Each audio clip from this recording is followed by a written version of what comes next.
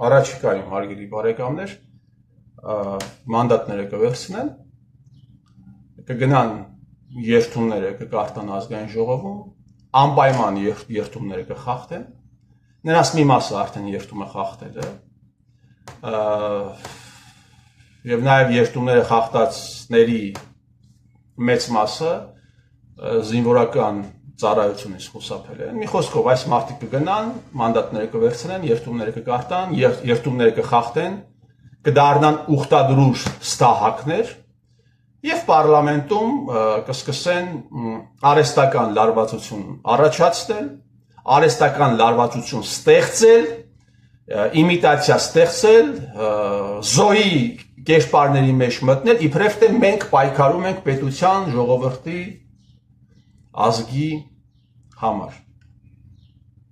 Ես ձեզ չեմ ասել, թե ինչու դուք իշխանափոխություն չեք իրականացրել, որովհետև եթե ես ձեզ ասեմ ինչու իշխանափոխություն չեք իրականացրել, դուք կարող եք ասել իշխանափոխություն, իսկ դու ինչու չես իրականացրել։ Ես տարիներ շարունակ ձեզ պեսներին ասել եմ ինչու դուք սահմանադրությամբ օրենքներով ձեզ վերապահված լիազորությունները չեք իրականացրել։ Հայաստանի քաղաքական գլխավոր մարմինը Հայաստանի Հանրապետության պարլամենտն է, ներկայացուցչական գլխավոր մարմինը Հայաստանի Հանրապետության պարլամենտն է և պետության հետ, ժողովրդի հետ տեղի ունեցած քաղաքական բոլոր ավանտյուրաները իրենց պատասխանները պիտի ստանան և այդ ավանտյուրիստները Հայաստանի Հանրապետության պարլամենտում և նաև պատգամավորները կաշկանդված չեն հրամայական մանդատով գործում են խղճի համոզմունքների ամբողջությամբ խղճով և համոզմունքներով։ Կարապետյան Սամվել, քո զբռոդը հրամայական մանդատով կաշկանդված չի։ Նախընտրական ողջ կամպանիայի ընթացքում Հայաստանի Հանրապետության տեղի ունեցած խոշոր հանցագործությունների մասին դու և քո զբռոդի ներկայացուցիչները ծպտուն չեն հանել։ Հյուսիս-արևմուտքում Հայաստանի Հանրապետության տեղի ունեցել խոշոր հանցագործություն, որի հետևանքով Հայաստանի Հանրապետությունը կորցրել է հսկայական տարածքներ անցել են Թուրքիային։ Դուք չեք բարձրացրել այս հարցը, դուք այս հարցի համար Նիկոլ Փաշինյանից պատասխան չեք պահանջել։ Հայաստանի Հանրապետության հարավ-արևելյան շրջանում առ այսօր կան դիրքեր, որտեղ գնում են մարդիկ, հասնում են զինվորները իրենց ծառայության վայր, անցնելով ադրբեջանական զննության միջոցով, անցնելով ադրբեջանական վերահսկողության միջոցով, գտնվում են փաստացի պատանդարության մեջ և այն մարդը, ով հիմա ինձ նայում է, բայց տարակուսում է, թե ես ինչ եմ խոսում, վաղը մյուս օրը այդ զինվորը կարող ես լինել հենց դու, քո հայրը, քո եղբայրը, քո ամուսինը։ Իմիջիայլոց այս հարցը գտնվել է և գտնվում է պարլամենտի ուղիղ վերահսկողության տակ և ինչքան որ Փաշինյան Նիկոլն է սրա համար պատասխանատու, այդքան էլ պատասխանատու են այս ամենի համար դաշնակ մաշտակները։ Այդ զինվորական ծառայությունից փախած և Արցախի համար բոզիլաց դրած դաշնակ մաշնակները։ Հիմա այս հարցը դուք ևս չեք բարձրացրել։ Եվ բազմաթիվ հարցեր կան լրջագույն, որոնց վրա վետո է դրված, որ չպիտի բարձրացվեն, թե ոչ հանրային հեռուստաընկերությունում և գլխավորապես ոչ էլ պարլամենտում։ Եվ այսքանից հետո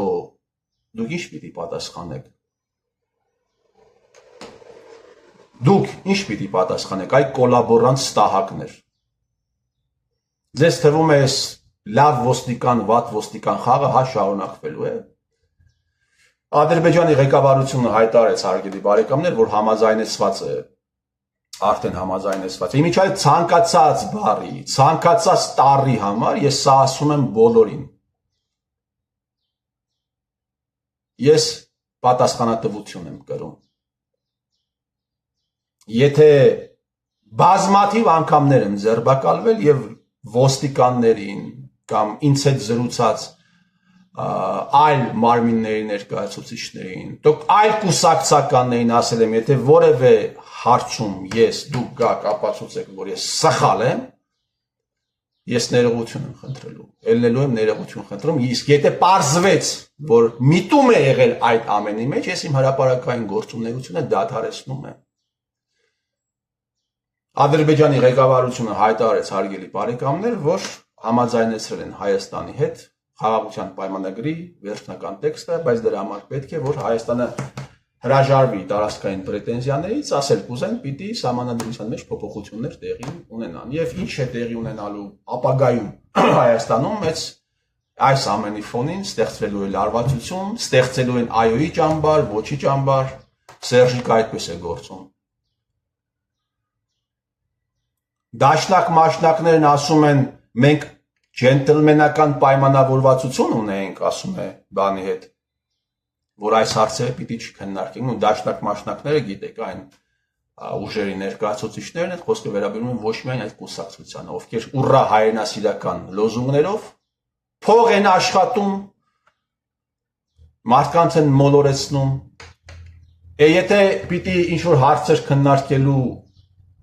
կամ չքննարկելու համար ջենտլմենական պայմանավորվածության տակ մտնեք, վերցնեք, բա Նիկոլին ինչու եք բան անում, դավաճան կոչում։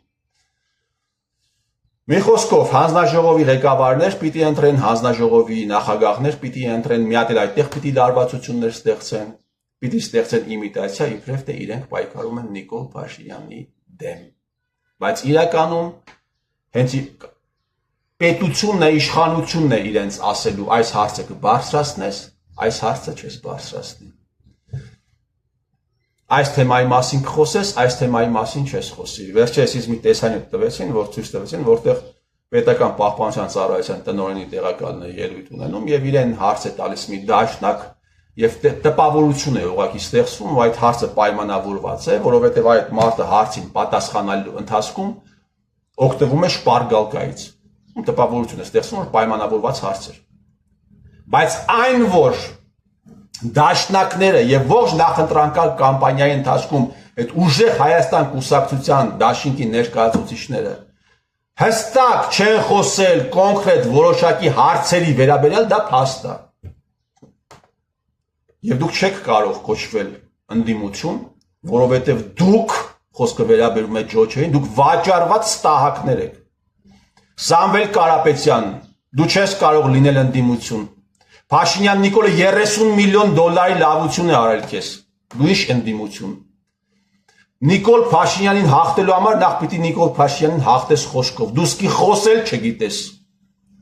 Այդ քաղաքական անմեղ սունակ, դու սկի խոսել չգիտես։ Դու դուրս ես գալիս, խոսում ես նրա մասին, որ պայքարում ես եկեղեցու դեմ։ Եկեղեցու ավանդույթները դրած ոտնահարում են Գագիկ Ծառուկյանը։ Բա խոսեիր, ինչու չէիր խոսում։ Բա եկեղեցու համար ես պայքարում, ասում ես եկեղեցու դեմ գործած մարդկանց դեմ ես դու պայքարում, եկեղեցու համար ես դու պայքարում, բա խոսեիր, ինչու չէիր խոսում։ Դու բերքո ցուցակ ես մցել մարդու, ով իր կեղտոտ բերանը Սերժի անսամբլի հետ բացում էր Միքայել arczepiskopos-ի նկատմամբ, ու դու դրանից հետո ասում ես դու եկեղեցու համար պայքար ես տանում։ Դու ընդհանրապես անմեղ սունակ ես։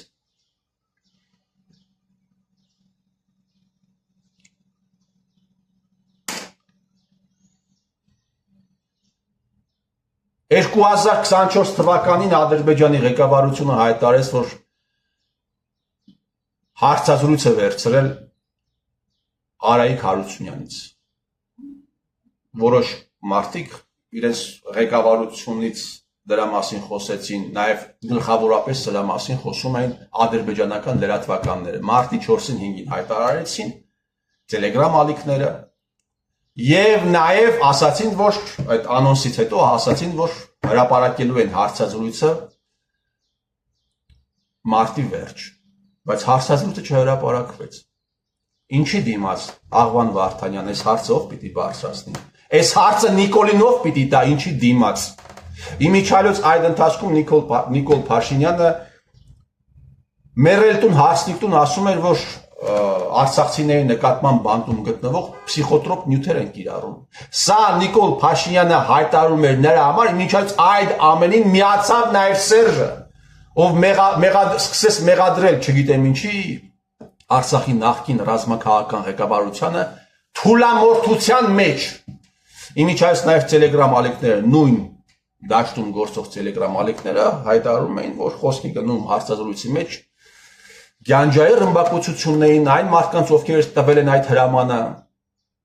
Օնիկ Գասպարյան, Գյանջան ռմբակոծելու հրամանը ով է տվել քեզ, եւ ինչի համար ես դու Գյանջան ռմբակոծել։ Այս հարցին դու պիտի պատասխան տաս, թե պիտի պատասխան չտաս։ Հիմա, բայց այդ հարցազրույցը չհրապարակվեց, հարգելի բարեկամներ, ընթացքում Նիկոլ Փաշինյանն ասում էր, որ փսիխոտրոպ նյութեր են կիրառում, ասում էր նրա համար, որ հանկարծ այնուամենայնիվ, եթե հարցազրույցը հրապարակվի, դուրս գա, ասի, բայց ես ձեզ ասում եի, չէ՞, փսիխոտրոպ նյութեր են կիրառում, ասել կուզե, ժամանակակից հայերենով ասած, Արայիկ Հարությունյանի Նիկոլ Փաշինյանը պատրաստում էր այդ դաշտը, Արայիկ Հարությունյանի խոսքերը ոսկեղենիկ հայերենով ասած ասնաբանի չեն։ Բայց չհրապարակվեց հարցազրույցը, բայց այդ հարցազրույցը կա։ Ինչի դիմաց չհրապարակվեց։ Ուղղակի ուզում եմ հիշեցնեմ, որ այդ ընթացքում քանդվեց հյուսիս արևմտյան